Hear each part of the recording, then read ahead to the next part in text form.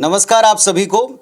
धरती के ऊपर कहते हैं कि ज्ञान जहाँ से भी आपको प्राप्त हो, आपने बचपन में पढ़ा होगा कि जहाँ आपको ज्ञान की बातें मिले वहाँ आपको अहंकार को साइड में रख कर 2 क्षण के लिए रुक कर थोड़ा सा ठिठक कर उसे सुन लेना चाहिए।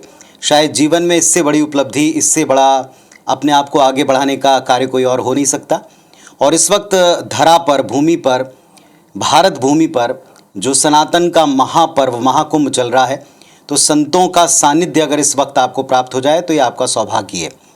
हम लोग इस वक्त जब त्रिवेणी संगम पर डुबकी लगाकर अपने पुण्य स्नान की झांकियां आपको पहुंचा रहे हैं, मानव सभ्यता से जुड़ी तमाम बातें आपको दिखा रहे हैं, इतिहास बता रहे हैं, उस वक्त पर कुछ ऐसे ऋषि मुनि साधु और ऐसे मार्गदर्शक हमारे साथ में हैं जिन्होंने वर्षों से तप करके हमारे लिए बड़े आसान शब्दों में जीवन के बड़े बड़े रहस्यों को उद्घाटित किया है। और इन्हीं में से एक हैं परम पूज्य रितेश्वर जी महाराज, जो आप वृंदावन धाम से इस वक्त इस धरा पर इस हिस्से में पधारे हैं। तो हमने सोचा कि आज उनसे सनातन के इस महाकुंभ के बारे में छोटी सी चर्चा रख दी जाए और इसमें शायद संभवतः हमारे लिए कुछ मार्गदर्शन निकल आए। मेरे साथ में इस वक्त महाराज जी, मैं उन्हें सादर प्रणाम करता हूं और साथ में वरुण सखा जी, मेरे वरिष्ठ, भी मेरे साथ मौजूद हैं।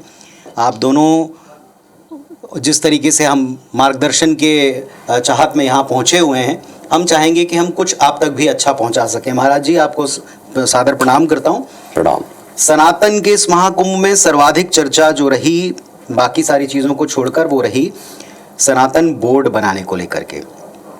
एक हमने प्रयास भी देखा कि साधु संतों ने मिल करके, जैसे पहले शास्त्रार्थ हुआ करता था, इस तरह की एक सभा भी की।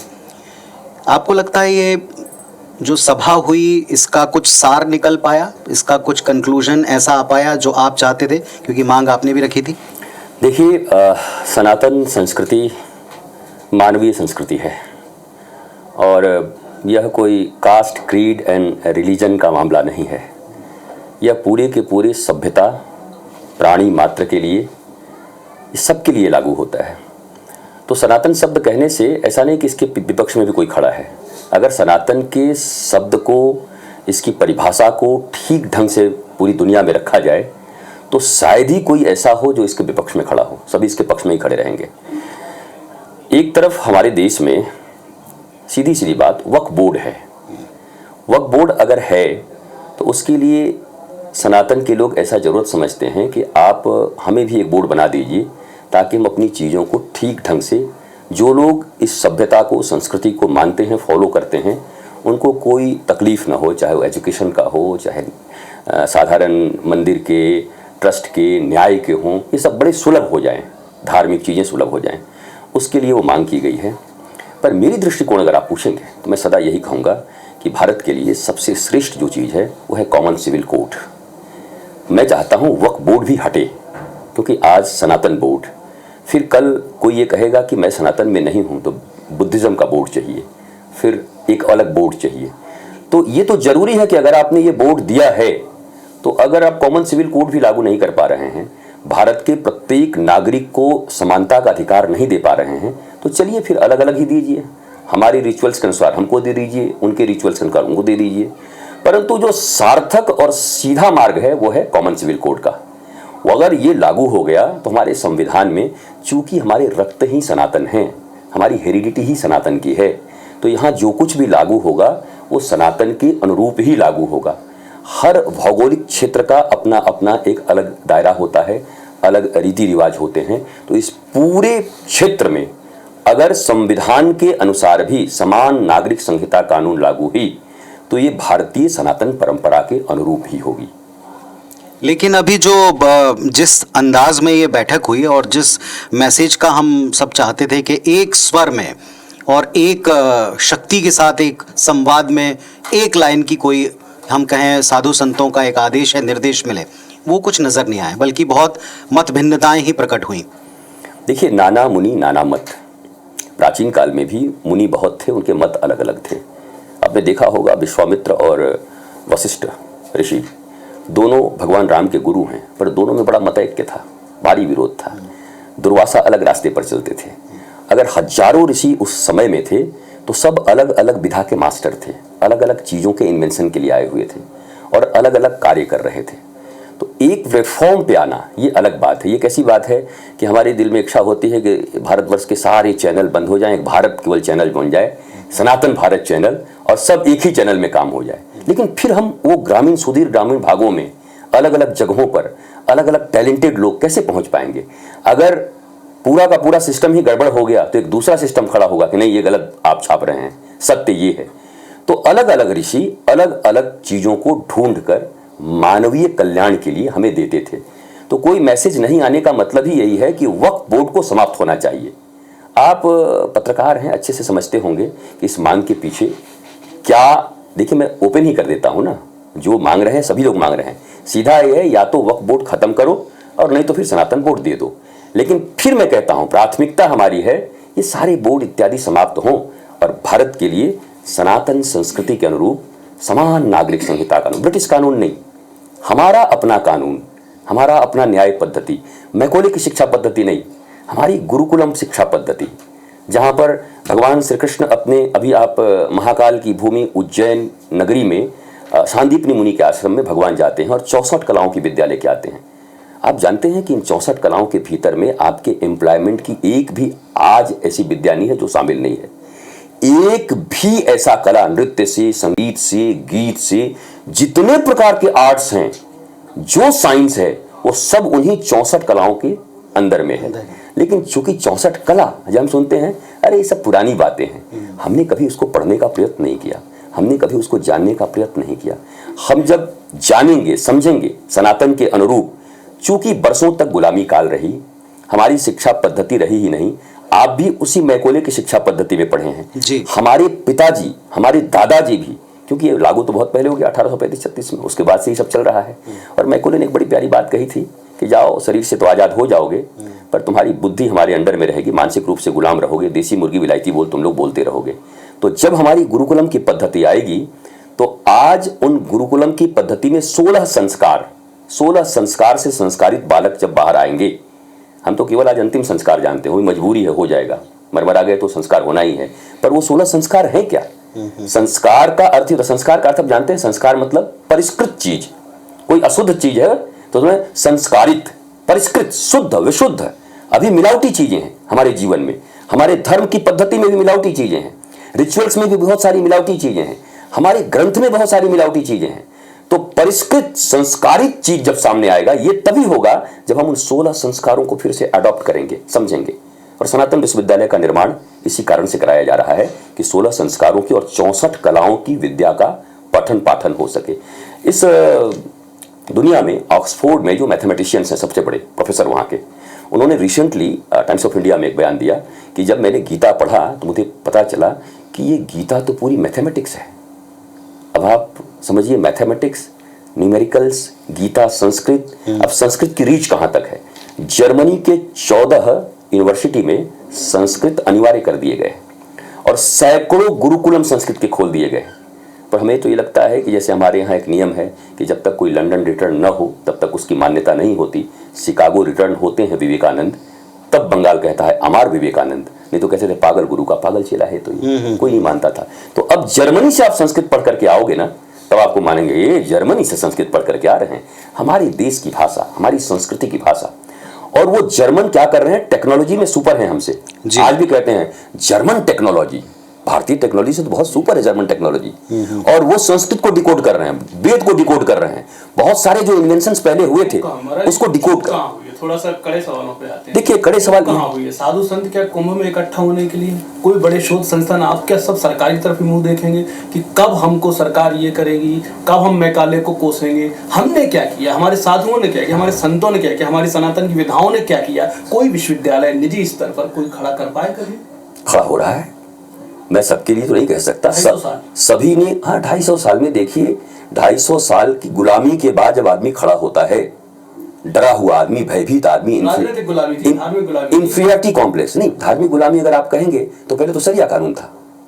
कानून कहाँ था आपके पास? आपको तो जजिया कर देने पड़ते थे।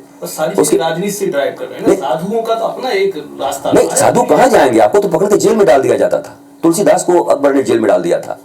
आप फ्री कहाँ थे? पर गुरुदेव अब वातावरण परिवर्तित हुआ है, ये बात आप मानेंगे। पर जो सवाल का मेरा दूसरा हिस्सा था, मेरे पूछने का तात्पर्य भी ये था कि मतैक्य होना हर बार आवश्यक नहीं है, पर कम से कम जिस दिशा में आप समाज को ले जाना चाहते हैं, विश्व गुरु की तरफ भारत को ले जाना चाहते हैं, उसमें कम से कम एक बात पर, भले ही आप शास्त्रार्थ कर लें, पर एक स्वर में तो आप कोई एक बात कहें। यहाँ तो एक शंकराचार्य जी दूसरे शंकराचार्य की पदवी पर, उनके अस्तित्व पर, उनके होने पर, उनके शंकराचार्य होने पर प्रश्न उठा रहे हैं, तो क्या हम सही दिशा दे पाएंगे? देखिए, बात ऐसा है कि आप मनुष्य को फिजिकल फॉर्म में देख रहे हैं जी। और मैं चेतना के स्तर पर देखता हूँ। किसकी चेतना कितनी उन्नत है, सभी अपनी चेतना के स्तर पर बात कर रहे हैं। ये फिजिकल फॉर्म तो कौन किस पद पे बैठा है, कौन किस पद पे बैठ जाएगा, आपकी सीटिंग कहाँ बैठ जाएगी, आप कहाँ बैठ जाओगे, आपको कब कौन सा बहुत बड़ा भारत का तमगा मिल जाएगा, ये मुझे पता नहीं है। पर आपकी चेतना का स्तर क्या है? आपके सातों चक्र में से कितने चक्र खुले हुए हैं?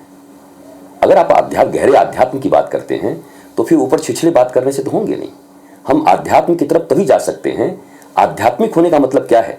हमारा इंद्रिय, पहले देह, इंद्रिय, मन, बुद्धि, चित्त, अहंकार, तब आत्मा, सप्तम द्वार पर आत्मा है। जो देह बुद्धि में ही फंसा हुआ है, आदि व्याधि उपाधि में फंसा हुआ है, उससे आत्मिक स्तर की बात अगर आप सोचेंगे कि वो हमसे करने लगे, और जहां तक ये विवाद हैं तो ये फिर चेतना के स्तर की ही बात है। अगर जीवन में हमने कुछ गलत किया, उच्च चेतना पर जो होगा, विश्वामित्र ने मेनका के साथ रमण किया, मेनका जी आई, विश्वामित्र का वो भंग हो गया। उसके बाद उन्होंने स्वीकार किया कि हाँ भाई, शकुंतला नाम की पुत्री हुई और फिर दुष्यंत से विवाह हुआ, भरत नाम के पुत्र हुए, उसी से भारत का नाम भारत पड़ा। लेकिन जब दूसरी बार रंभा आई तो उस चेतना के स्तर पर जहां छेद था, वो चेतना के स्तर से ऊंचे उठ चुके थे। उन्होंने कहा अच्छा फिर आ गई मुझे खत्म करने को, अब मेरी साधना कुछ ऊपर जा रही है। तो जीवन में जहां जहां भूल करते हैं और फिर अपने आप को परिशोधित करके, संस्कारित करके उच्च उठते हैं, तो आप उच्च चेतना के स्तर पर जाते हैं। आध्यात्म का मतलब, धर्म का मतलब, ये जो स्पिरिचुअलिज्म है, ये जो रिचुअल्स हैं, इसका मतलब क्या है? सिर्फ चेतना। आपकी चेतना कहाँ खड़ी है? आप नीचे खड़े होकर के ऊपर हवाई जहाज जब देखते हैं तो आदमी कहता है चिड़िया दिख रहा है, चिड़िया की तरह। पर हवाई जहाज पर बैठा हुआ आदमी जब जाता है तो नदियां नाली की तरह दिखती हैं। न ये नाली है, न वो चिड़िया है। पर आप खड़े कहाँ हैं?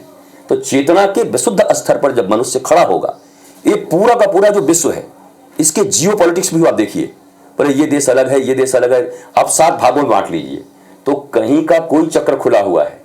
कोई केवल लिबर्टी की मांग कर रहा है कि भाई क्या होना चाहिए, अभिव्यक्ति की स्वतंत्रता होनी चाहिए। कोई मांग कर रहा है भारत देश में कोई किसी की मदद कर दे, तो ये साधारण चीज है, गिरे हुए आदमी को आदमी उठा देगा। पर विदेशों में तो पूछते भी नहीं, तो वहां का कोई चक्र नहीं खुला, वहां का मूलाधार चक्र नहीं खुला, यहाँ का स्वाधिष्ठान चक्र नहीं खुला। ये सब मामला है चेतना का।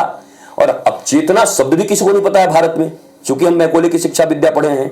तो जब तक हमारी शिक्षा पद्धति नहीं आती, सा विद्या या विमुक्तये, विद्या वो है जो हमको मुक्ति प्रदान करे, लिबर्टी प्रदान करे। विद्या वो नहीं है जो 2 साल के बच्चे को बोझ दे दे और फिर डिप्रेशन दे दे और नीट का विद्यार्थी आत्महत्या करने लगे, फिर ये तो विद्या नहीं है ना। जी तो समय की थोड़ी मर्यादा है, हमें आपका इशारा मिल रहा है। 2-3 छोटे-छोटे सवाल हैं। इस दिशा में हम कहाँ तक बढ़ पाएं, जो आप एक बड़ा बीड़ा उठाकर चल रहे हैं शिक्षा पद्धति बदलने का, क्योंकि यहाँ जब तक ये हमारा बहुमत वाला देश है, जब तक बहुमत इस दिशा में ना होगा ये संभव नहीं दिखता।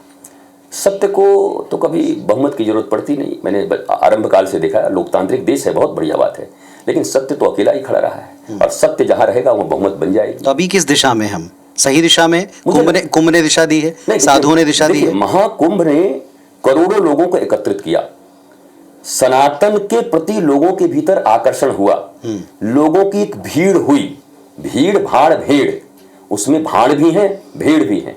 परंतु इतने लोग जब सनातन से आकर्षित होकर के यार कुंभ लगा है, महाकुंभ लगा है, सनातन का है, लोग खड़े तो हो गए।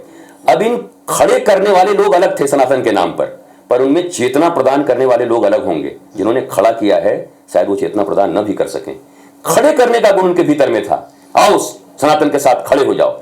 लेकिन हमने खड़ा किया है तो हम ही लीड करेंगे। अगर ये भाव आपके भीतर में है तो आप कभी भी उनको चैतन्य नहीं बना सकते। आप रिले दौड़ देखा अपने ओलंपिक में 400 मीटर की, आप दौड़ गए, अपना डंडा उसको पकड़ा दिया, आपकी दौड़ समाप्त हो गई। पर क्या चेतना के उस स्तर पर हमारे धार्मिक गुरु भी हैं? क्या आप अपने फॉलोअर्स को कहीं जाने देंगे? क्या आप सत्य के मार्ग में लोगों को जुड़ने देंगे?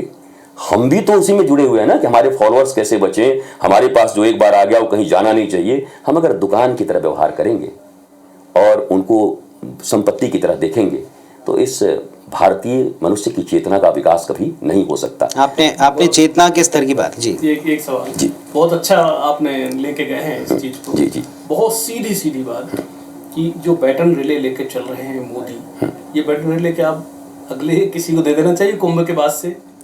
नहीं, ये तो देखिए ये एक राजनीतिक प्रश्न है और दूसरा बात है वो भारत की एक पार्टी है, दल क्या निर्णय करती है, उनके यहाँ क्या बोर्ड का नियम है, लेकिन ये तो तय है ना कि हर व्यक्ति की एक उम्र होती है, लेकिन वर्तमान में वो है अभी। तो धर्म हमें ये सिखाता है, जहाँ तक आध्यात्म, past is history, future is mystery, present is everything. अभी प्रेजेंट में वो हैं, अब नेक्स्ट कोई ना कोई तो तैयार हो रहा होगा। जब अटल बिहारी वाजपेयी थे तब भी कोई तैयार हो रहा था। सनातन के रक्षक के रूप में किसको देख रहे हैं? सनातन की दिशा में जो आप चाहते हैं, यूसीसी चाहे आप दूसरे मसलों पर जाएं, मैकॉले की शिक्षा, होनहार विद्वान के हो चिकने पात, विमर्श के बिना नहीं हो पाए। होनहार विद्वान के हो चिकने पात। कौन है वो? आपको क्या शंका है कि जो वर्तमान राजनीतिक दल भारत की सत्ता में है, ये कहने में गुरेज क्यों है कि सनातन की बातें भी यही कर सकते हैं, राम मंदिर की बातें भी यही कर सकते हैं, बना भी यही सकते हैं। जो स्वीकार ही नहीं करते, कल अगर वो स्वीकार करें तो हमें तो व्यक्ति से प्रेम तो है नहीं किसी व्यक्ति से। अगर कल कोई आकर के खड़ा हो जाए कि हम ये सब स्वीकार करते हैं, सनातन पद्धति से होना चाहिए, तो मेरे लिए उनका सिद्धांत प्रमुख होगा, व्यक्ति प्रमुख नहीं होगा। मैंने कहा ना, मैं फिजिकल फॉर्म में चीजों को नहीं देखता, मैं चेतना के स्तर पर देखता हूँ। आज का जो ये ज्ञान है इसे चिंतन करें, मनन करें। आज के परिवेश में बहुत कुछ घट रहा है, लेकिन जब सानिध्य मिले तब आप ज्ञान के सागर के पास एक शिष्य की तरह बैठें, सीखें और आगे बढ़ चलें। यही संदेश हम यहाँ से लेकर जा रहे हैं। बहुत बहुत धन्यवाद आपका जुड़ने के लिए और प्रणाम आपको कि आपने हमें, आपका बहुत बहुत धन्यवाद कि आपने मुझे समय दिया और हजारों लाखों लोगों तक ये बात पहुंचेगी। प्रणाम। प्रणाम।